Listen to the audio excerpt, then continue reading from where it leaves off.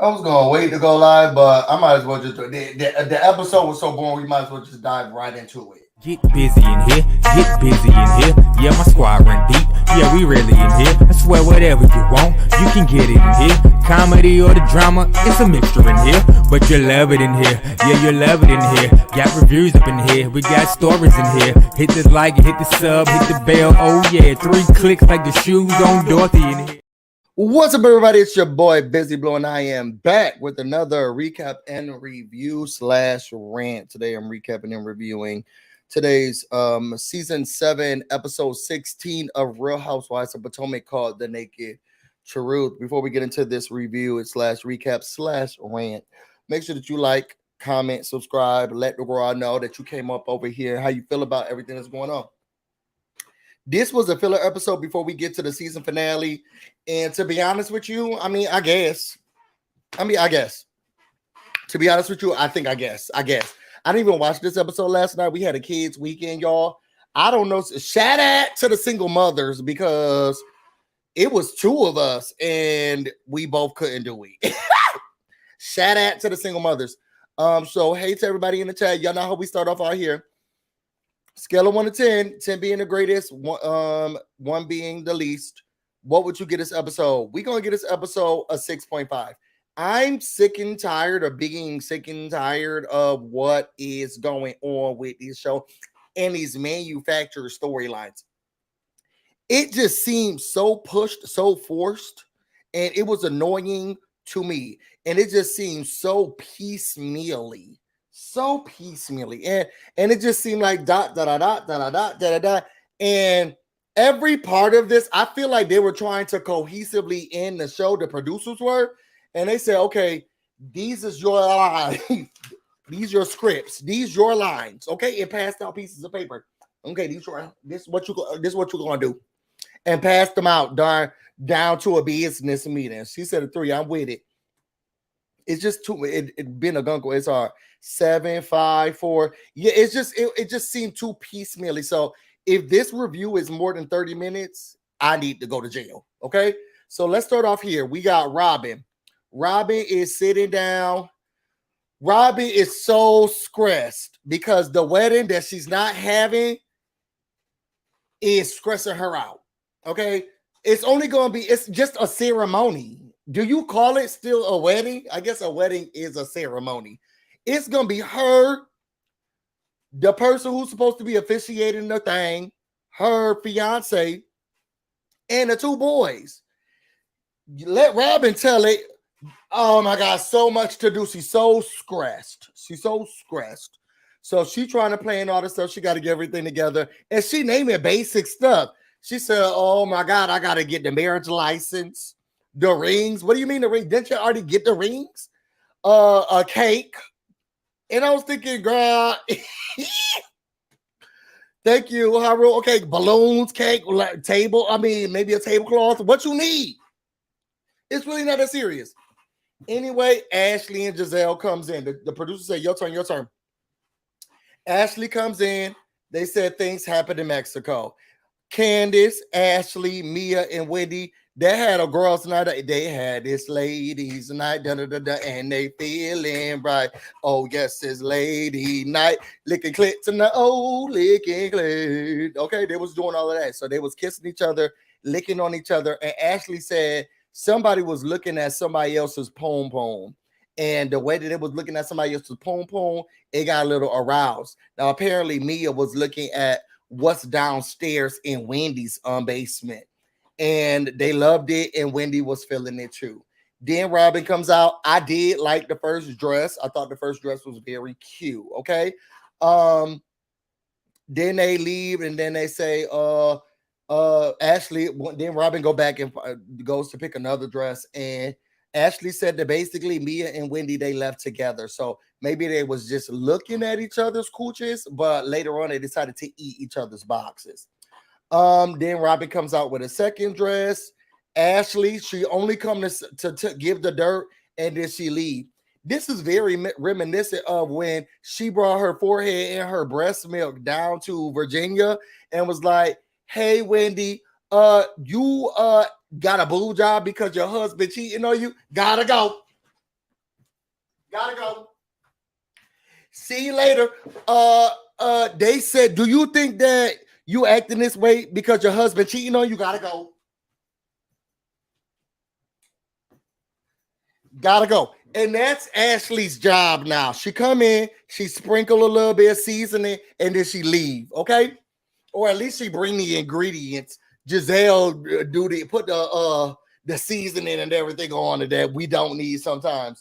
So Ashley get up and she leave. Then you got Giselle. She's talking to Robin, and she was like, "Look," Robin said, "This is bringing me back to when I first did this thing before I lost all his money." And Giselle was like, "Well, where your mama at? Why your mama not here?" And Robin was like, "Well, my mama not here because I haven't told my mama, and I'll tell my mama one day." Giselle said, and this, I really don't like how Giselle talks it. Am I the only one who's noticing this? When she was like, "BusyBlu, shake me," she did it again. How about we do an upscale dinner with strippers, okay? Bachelorette style, gone wild. And it's like, you're not a game show host. She's not a songstress. Shout out to New York, Tiffany Pollard. She's not a songstress. Every time she want to try to make something seem hype, let's talk about bachelorette party gone wild. What's wild about it? Y'all eating steak and lobster. To be honest, that's really upscale. Nothing wild about it. Mia's gonna be doing the planning. Is it just me, or is Giselle acting like she's helping to plan this party, but she has no part in anything that's going on? Anyway, Giselle said who can come and who can't come. Robin said clearly Karen's not coming. We don't want nobody her age at the party. And then she says Wendy can't come because when Karen was saying stuff, she was laughing too. Okay, that's how petty we've gotten on this show. Moving on. Then you get to Candace. Candace is cooking breakfast inside to bring it outside.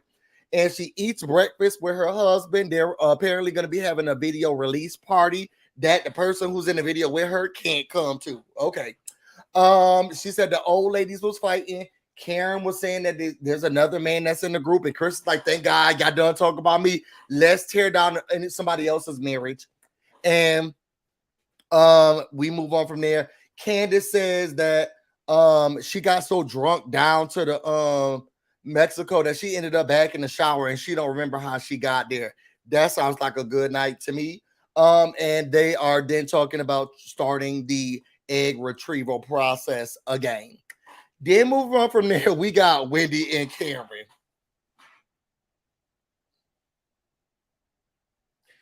When did Wendy and Karen? That's how manufactured and ridiculous this show has gotten. Wendy and Karen going out to eat.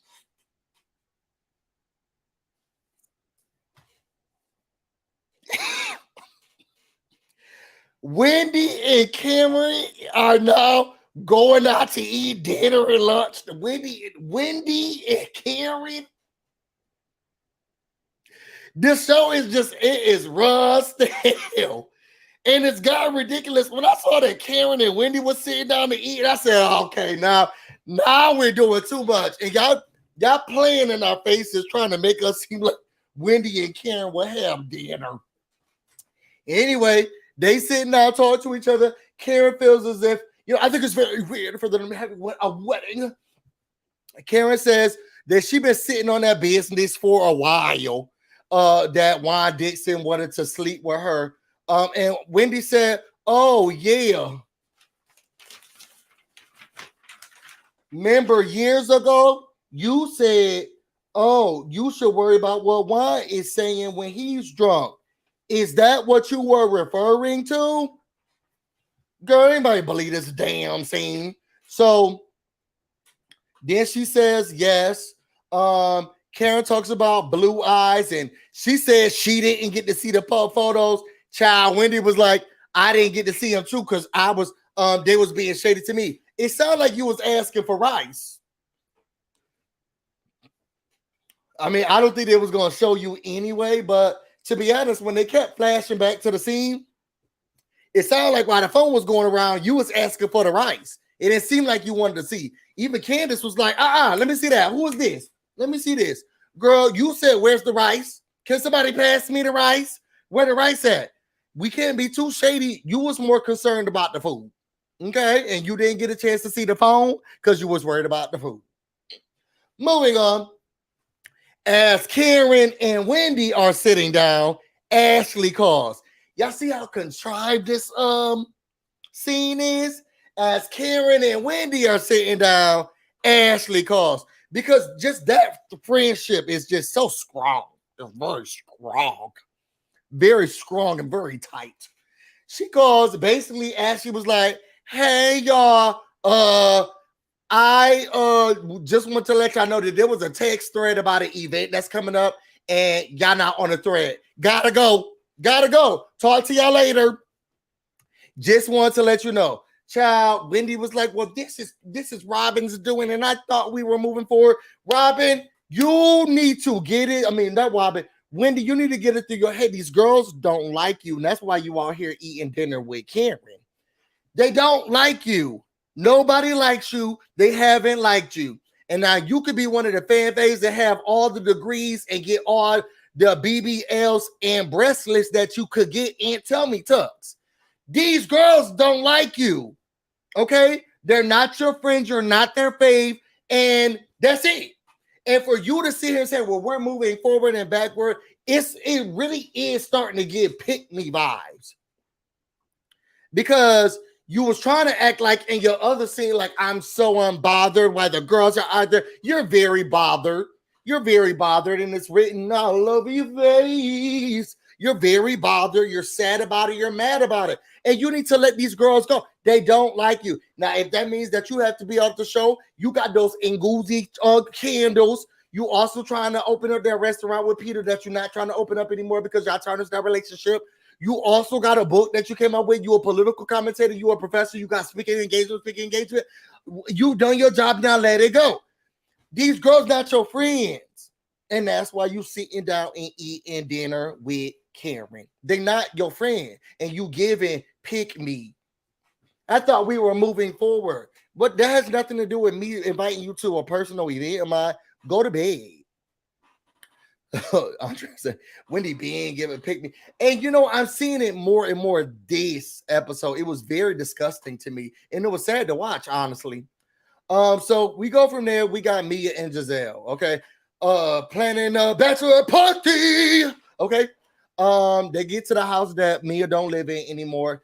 And Giselle said, Ashley gave me some tea. And she said, what she said? She said, I heard there was a little flirtation down with the crotch from you to Wendy's and what was going on. She said, I also did want to let you know that I was spreading the rumor that y'all was bumping pocketbooks. And Mia was like, well, that's not what happened, but Wendy was showing all of her vagina to me. And then she wanted to see mine, and I showed it to her. She said it looked nice, and that's it.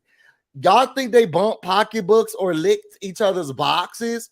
Y'all put it in the comments. Do y'all think they ate each other's cookies and kitty cats? Y'all think they pet each other's kitty cats? And then we go from who's supposed to be invited. She said, Giselle said, Robin is clear that Wendy and Karen aren't coming.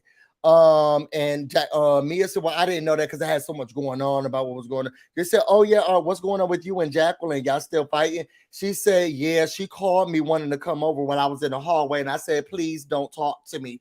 Okay. And now we done. Then you get to Wendy. Wendy says she's unbothered as she does some political commentating. Then we get to the bachelorette party. We all meet up at Mia's house. Giselle shows up first. Mia's cousin was very beautiful. She was a very beautiful girl. You know what's really weird is that she calls Jacqueline her best friend when it sounds like Jacqueline's parents adopted her, so she's kind of her sister. But then she also has close connection with cousins and other people, but she act like she don't got a family. I'm just really confused about it all, but we'll unveil those lies later on, I guess, in the next season. Everybody's showing up. Ashley comes in with the same. They both shop at the same place because they both come in a 579 outfit. And they excited about it.